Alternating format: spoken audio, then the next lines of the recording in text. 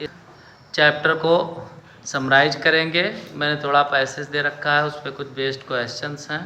शायद अपेक्षा करता हूँ कि आप लोग कर ले जाओगे।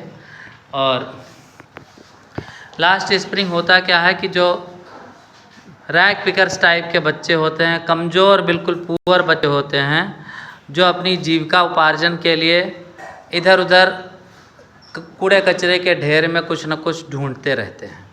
लेखिका का जब उनसे इनकाउंटर होता है तो वो घेर लेते हैं और लेखिका कई बार प्रश्न करती है, उसका जवाब हम मुस्कुराते हुए देते हैं।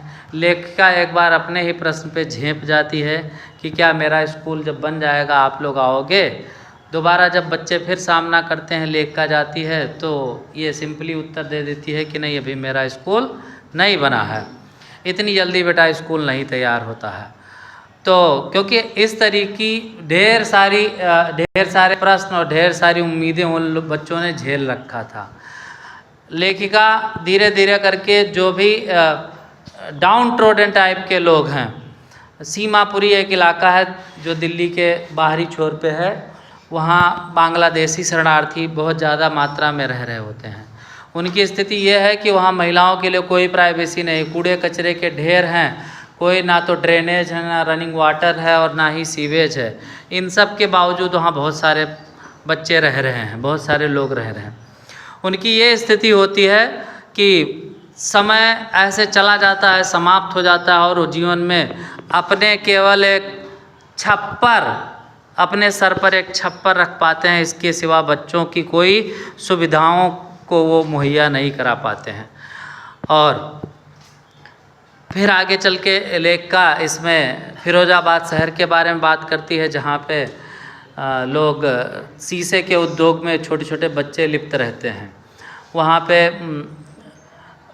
डार्क में रहने की उनकी आदत हो जाती है। और होता क्या है, शीशे को पॉलिशिंग करते वक्त जो बारीक कण होते हैं वो उनकी आंखों में पड़ते रहते हैं और धीरे धीरे करके वो अपनी आंखों की ज्योति खो देते हैं। समय से पहले ही वो बेचारे अंधे हो जाते हैं। आगे फिर लोगों को लिख करके ध्यान अटेंशन कराना चाहती है कि हमारा भी फर्ज है कि इन बच्चों पर ध्यान दिया जाए और इनकी भी जो प्राइमरी आवश्यकताएं हैं उनको कंप्लीट किया जाए।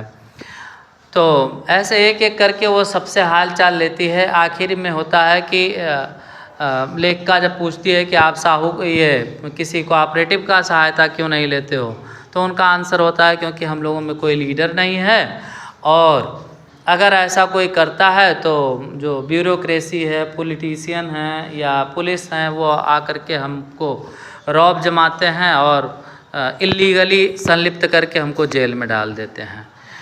तो ये हम और ऐसा करते करते, स्प्रिंग का मतलब होता है बचपन, ऐसा करते करते बहुत सारे इस टाइप के बच्चों का जीवन ख़त्म हो जाता है और वो जीवन में कुछ नहीं कर पाते हैं। इसमें दो का उसने नाम मेंशन किया है, जिसमें मुकेश और साहेब आलम है। साहेब आलम नाम जो है उसका मतलब होता है लॉर्ड ऑफ यूनिवर्स, लेकिन उसके खाने के लाले पड़े हैं।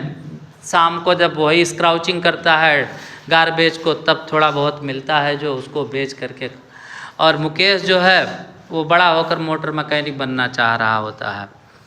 तो इस चैप्टर में बच्चों की जो बचपना छिप जा रहा होता है उस पर लेखिका ने ध्यान आकर्षण किया है, और हमारा आपका फर्ज बनता है कि हम इन पर ध्यान दें और इनको प्राइमरी चीज़ें मुहैया कराएं। तो मेरे ख्याल से इस चैप्टर की समरी आपके दिमाग में आ गई होगी और आप लोग इसको घर पे दोहरा लीजिएगा। मेरे चैनल पे जरूर ध्यान बनाए रखिएगा और बहुत बहुत धन्यवाद।